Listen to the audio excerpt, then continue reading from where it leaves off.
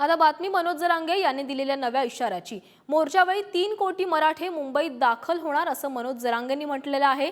जरांगे पाटलांनी आता पुन्हा राज्य सरकारला हा इशारा दिलाय।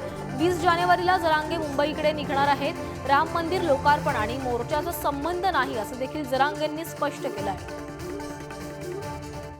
नाव दिलं नाही, आणखी प्रोग्राम तयार झाल्यावर नाव दिलं जाईल, परंतु आंतरवालीतून आम्ही पायी मुंबईकडे सगळे निघालो मराठा आरक्षणासाठी। 26 तारखेपर्यंत आम्ही मुंबईत जाऊ। इकडचे पण कामं उरकायचे आणि तिकडे मुंबईला सुद्धा झुंज द्यायला जायचं आणि आरक्षण मिळवून यायचे। यासाठी आमची तयारी पूर्ण झाली। 10 लाख गाड्या येण्याची शक्यता आहे सोबत, कारण तितकं साहित्य लागणार आहे, तितक्या वस्तू लागणार आहे ज्याच्या त्याला, आणि 3 करोडच्या आसपास 100% मराठा त्याच्यात सहभागी होणार।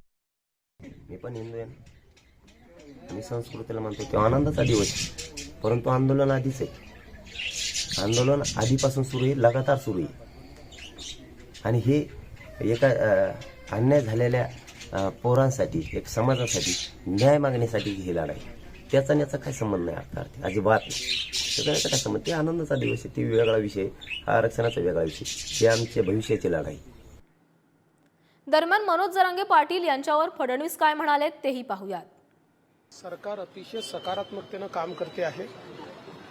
विशेषतः माननीय मुख्यमंत्री महोदय हे स्वतः या संपूर्ण प्रकरणामध्ये लक्ष घालून आहेत, आणि आज राज्य मागासवर्ग आयोगाने अतिशय वेगाने काम चालू केलेलं आहे।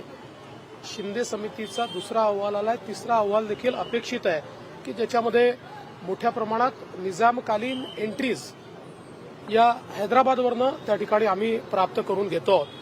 त्यामुळे मला असं वाटतं की राज्य सरकारची सकारात्मकता बघता अशा प्रकारचा निर्णय हा त्यांनी घेऊ नये।